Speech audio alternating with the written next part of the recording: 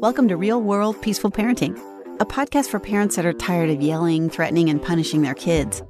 Join mom and master certified parent coach Lisa Smith as she gives you actionable, step-by-step strategies that'll help you transform your household from chaos to cooperation.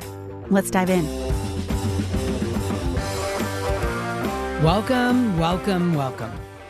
Welcome to today's episode. I am so filled with gratitude to be with you here today. As we step into 2025, I want to take a moment to pause and personally honor each one of you who've been on this journey with me. You know what makes my heart absolutely overflow? Looking back at 2024 and seeing the incredible progress you've made. I've witnessed so many of you breaking those generational patterns that aren't serving your families. I've seen you choose connection over control, even when it felt challenging. I've watched you model self-regulation for your children, showing them what it looks like to pause, breathe, and respond instead of react. To every parent who's listened to this podcast, who's implemented even one tiny strategy, who's chosen to do things differently, thank you. Thank you for allowing me to walk alongside you in your parenting journey. Thank you for being open to growth, for being willing to examine your patterns, for showing up week after week, committed to becoming the parent your kids need. There's something truly magical about new beginnings, isn't there? And as we step into 2025, my deepest wish for you is to experience even more moments of genuine connection and cooperation in your home this year. I can't wait to continue supporting you as your parent coach in the year ahead, because let me tell you, this is just the beginning of your peaceful parenting journey. And you know what? I was talking with a parent in the Hive just last week. Let's call her Sarah. And she said something that really struck me. She said, I keep making these big, grand parenting resolutions every January, but by February, I'm right back to yelling and feeling guilty. Oh my goodness, doesn't that just hit home? I bet some of you are nodding right now thinking, yep, that's my story. Here's the thing, my real world peaceful parenting friends, and this is important. You and I are going to do things differently this year. Instead of those huge, overwhelming resolutions that feel impossible to keep, we're going to break this down into small, manageable steps that actually work in the real world. Because let's face it, real world parenting isn't perfect. And that's exactly why we need real world solutions. Let me share a few stories from parents in our community that might sound similar to you. One of my clients, we'll call her Maria, came to me completely exhausted. She was trying so hard to be a peaceful parent, but kept losing it with her kids. Want to know what we discovered? Maria was getting less than 5 hours of sleep each night. No wonder she was struggling to stay calm during her toddler's tantrums. So we started with just one small change. Maria committed to going to bed 30 minutes earlier each night, just 30 minutes. And you know what? That 30 minutes made a world of difference. Another parent in the Hive, let's call him James, was struggling with his morning routine. Every single day was a battle getting his kids ready for school. Can you relate to this? He'd end up yelling, the kids would cry, and everyone would leave the house feeling terrible. Sound familiar? Okay, here's what we did. We created a morning success routine. Instead of rushing through breakfast while simultaneously packing lunches and checking backpacks, James started waking up 15 minutes earlier, and he packed lunches the night before and laid out the clothes. But the real game changer, he built in 5 minutes of, quote, special time with each child before the morning rush began. Just 5 minutes of undivided attention filled his kids' connection cup so much that the rest of the morning started flowing smoothly. And then there's Lisa, the mom of 3 who felt like she was constantly playing referee. Her kids would fight, she'd lose her cool, and then she'd spend hours feeling guilty about her reactions. Working together in the Hive, we discovered that her own childhood experiences of being compared to her siblings were triggering her responses to her children's conflicts. Once she recognized this pattern, we worked on healing that wound while developing new strategies for handling sibling rivalry. We basically broke a generational pattern so that she could show up and respond rather than react. So good, right? Okay, let's turn our attention to you and how I can help you right now and in the coming year. Let's start with something I call the oxygen mask principle. You know how on airplanes, they always tell you to put on your own oxygen mask first before helping others? Well, peaceful parenting works the exact same way. We cannot, I repeat, cannot show up as the patient, understanding parents we want to be when we're running on empty. Think about it this way. If you're on an airplane and the pressure drops, which I hope never happens to any of us, you have mere seconds to get the oxygen flowing. If you were to try to help your child first, you might pass out before getting their mask secured, leaving you both in danger. You get this, right? Okay, it's the same with emotional regulation and peaceful parenting. When we as the parent, when we're depleted, when we're running on empty, we can't effectively help our children regulate their emotions or navigate their challenges. I want you to imagine your emotional reserves like an actual oxygen tank. Every time you respond calmly to a tantrum, that takes oxygen. Every time you pause before reacting to a sibling squabble, that takes oxygen. Every time you choose connection over compliance, you're using your emotional oxygen. And just like a physical oxygen tank, if we don't refill it regularly, we find ourselves gasping for air, or in this case, losing our cool with our kids. I want you to do something with me right now. Wherever you are, maybe you're driving, doing dishes, or finally getting that moment of peace after bedtime. I want you to engage in this exercise with me. If you're somewhere safe to do so, close your eyes. Take a big, deep breath through your nose. Yep, do this with me right now. Big, deep breath through your nose. Hold it for a count of 3 and release it slowly through your mouth. Feel your shoulders dropping. Feel your jaw relaxing. Now, with this moment of clarity, ask yourself, when was the last time I truly filled my oxygen tank? Not just a quick shower or scrolling through social media, but real intentional self-care. Then I want you to ask yourself or envision, what would it feel like to start each day with your emotional tank full instead of running on fumes? Now, if you're driving, keep this reflection in mind for later.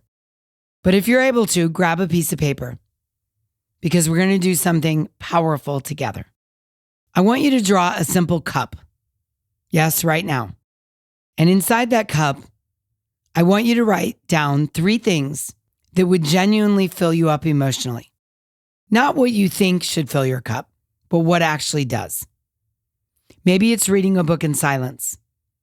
Maybe it's taking a walk alone. Maybe it's having an uninterrupted conversation with a friend. For me, it's taking a walk in the sunshine, having a cup of coffee while sitting on my patio, and leaving a Marco Polo video for my friend that I leave each day. Those are 3 things that genuinely fill up my cup and allow me to move through the day with a full emotional tank rather than running on fumes. Now here's where we get practical. Yes, I'm giving you homework, but don't worry, this isn't the kind of homework that will sit in your backpack until the night before it's due. This is the kind of homework that can transform your parenting journey. Take out your phone or go back to that piece of paper because we're going to create your Peaceful Parent action plan together. First, let's do what I call a parenting temperature check. On a scale of 1 to 10, where are you right now in terms of your emotional regulation? How good are you at managing your own regulation and your own feelings? 1 to 10. On a scale of 1 to 10, what would you rate your connection with each of your kids? In general, not exactly in this moment, but in the last 2 weeks, how would you rate your connection with each of your children? And number 3, on a scale of 1 to 10, how would you rate your confidence in handling challenging moments? Got those numbers? Great. Now write down these 3 things. Write down the one thing that depletes your energy the most as a parent. The one thing. Is it getting them in the car in the morning? Is it repeating yourself over and over again? Is it bedtime? Is it dinner time? Is it homework time? Is it handling sibling rivalries? What is the one thing that depletes your energy the most as a parent? Got it? Okay. Now think about this. What is one small action you can take to address that energy drain? What is one small action you can take? Small. Maybe it's going to bed 30 minutes early. Maybe it's not hitting the snooze button in the morning. Maybe it's having a cup of coffee for 10 minutes on the patio before the kids get up. Maybe it's going for a walk on Saturday and Sunday mornings in the sunshine by yourself. Maybe it's writing down your triggers from your own childhood. What is one small action you can take to address that energy drain? And then number 3, I want you to write down your why. Why do you want to become a more peaceful parent? This last one, your why, is absolutely crucial, my friends. Your why is what will keep you going when things get tough. And they will get tough because that's just real life. Let me share a quick story about this. One of our Hive members, we'll call her Rachel, had her why moment during a particularly challenging bedtime routine. Her 4-year-old was having an epic meltdown, and she found herself about to snap. But then Rachel remembered her why. I want my children to come to me with their problems, not hide from me when they're struggling. This was her why. It harkened back to her own childhood. And in that moment, recalling her why gave her the strength to take a deep breath and respond with compassion instead of frustration. Now, your why might be different. Maybe it's breaking generational patterns. Maybe it's creating a home where your kids feel safe to express all their emotions because you didn't have that. Maybe it's building a foundation of trust that will carry into their teenage years. Maybe your why is wanting to be close to your children when they're adults because you're not close to your parents. Whatever your why is, write it down and keep it somewhere visible. Your bathroom mirror, your phone wallpaper, or even set it as a daily reminder. It's really critical and life-changing to remember your why you're on this journey. Let me tell you, this isn't just a fantasy. I see these transformations happening every day in the Hive. Let me paint a picture for you of what peaceful parenting looks like in action. Picture your 3-year-old having a complete meltdown in the grocery store. Many of us have been there. Instead of feeling embarrassed and trying to shut the tantrum down, you get down at their level, you make eye contact and say, I see you're having big feelings about not getting that toy or candy. It's hard to want something and not get it, right? You can say this with empathy to your 3-year-old. You're not giving in, you're connecting while maintaining the boundary. Or imagine this, your teenager slamming their bedroom door after you've said no to a sleepover. Rather than getting angry about the quote disrespect, you take a pause, you take some deep breaths and you remember your why. And you give your teenager space to feel their disappointment. And when you're calm and regulated, you gently knock and say, hey, I know you're upset. When you're ready to talk about this, I'm here. In this moment, you're teaching your teenager that all emotions are acceptable, even while certain behaviors aren't. These are real scenarios from parents in the Hive who are learning to respond rather than react, who are learning to connect instead of command, and to guide instead of punish. And you know what? They started out exactly where you are right now. They just remember their why. Now, before I wrap up today's episode, I want to talk about something that often comes up in the Hive, the myth of the peaceful parent. Let me be very clear. There is no such thing as a perfect peaceful parent. We all have our moments. Even I have my moments with my son, and I talk about parenting all day. It's the human experience. And I want to remind you that the goal in real world peaceful parenting isn't perfection. It's progress and repair. And you know what's beautiful about this journey? I believe this to the depths of my soul. Every single mistake we make becomes a teaching opportunity. For example, when you lose your cool, because you will, and we all do, you get to model repair. You get to show your kids what it looks like to take responsibility, to apologize sincerely, and to learn from our moments of dysregulation. Just last week in one of our coaching sessions, a parent shared how she snapped at her son during homework time. And instead of letting guilt consume her, she used our repair script. I'm sorry I raised my voice. You deserve to be spoken to with more respect, even when I'm frustrated. Next time, I'll take a breath first. Can we have a do-over on this conversation? She did that instead of letting guilt consume her. She made progress, and she isn't expecting perfection from herself. And that's the real magic of peaceful parenting. Not that we never make mistakes, but that we handle those mistakes in a way that strengthens our connection with our kids. Now let's talk about something really important. What happens when things don't go as planned? Because we're going to have hard days. You might slip back into old patterns. Your oxygen tank might be low. You might be triggered by something that has nothing to do with your kids. Maybe you're bringing a problem home from work. Maybe you and your co-parent are having a rough season. You know what? That's okay. It's more than okay. It's part of the journey. One of our Hive members shared something really powerful with me in our community recently. She said, I used to beat myself up after yelling, which only made me more likely to yell again. Now I ask myself, what support did I need in that moment? How do I do that differently next time? Isn't that beautiful? Instead of shame, she's learning to choose curiosity and self-compassion. When you have those rough days, and you will, I want you to remember 3 things. Number 1, show yourself the same compassion you'd show your child. If your little one was struggling to learn something new, would you criticize them? Of course not. So give yourself some grace. Second, let's adopt this mantra. I'm learning and growing just like my child. Say it with me right now out loud. I'm learning and growing just like my child. And third, reach out for support. That's what community is for. Okay, as we head into the home stretch, this brings me to something I'm really passionate about, tracking your growth. You know what we do in our monthly reflection sections in the Hive? We celebrate small wins.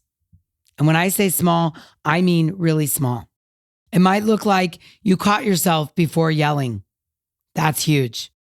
Perhaps you repaired faster after a hard moment instead of letting guilt eat away at you for days. Or maybe you finally noticed what triggers your child storming, and now you can prepare for the next storm. These might seem like tiny steps, but they're actually giant leaps into your peaceful parenting journey. Every single parent in our community, including me, started exactly where you are right now. If you hear nothing else today, please hear that you are not alone on this path. And together, we can create lasting change, one peaceful moment at a time. If you're resonating with what you heard today and thinking, yes, that community is exactly what I need, then I have an invitation for you. I want you to join us in the Hive, where we're creating a revolution of peaceful parents, one family at a time. In the Hive, you won't just learn these concepts. You'll put them into practice. You'll get the exact tools, scripts, and strategies to implement them in your unique family situation. We're talking weekly live coaching calls where you and I will address your specific challenges. A library of peaceful parenting scripts for those tough moments. A supportive community of parents who get it, and direct access to me as your peaceful parenting coach. I want you to think of the Hive as your peaceful parenting GPS. Just like you wouldn't try to navigate a new city without directions. Why navigate this peaceful parenting journey alone? So if this speaks to you and you're ready right now to engage your peaceful parenting GPS, head on over to thehivecoaching.com and learn more about how we can support you on your peaceful parenting journey. Remember, the fact that you're here listening to this episode means you're already taking steps in 2025 to become the parent you want to be. You're not alone on this journey, and support is ready when you're ready. Until next time, I'm wishing you peaceful parenting. Thanks for listening to Real World Peaceful Parenting. If you want more info on how you can transform your parenting, visit thepeacefulparent.com. See you soon.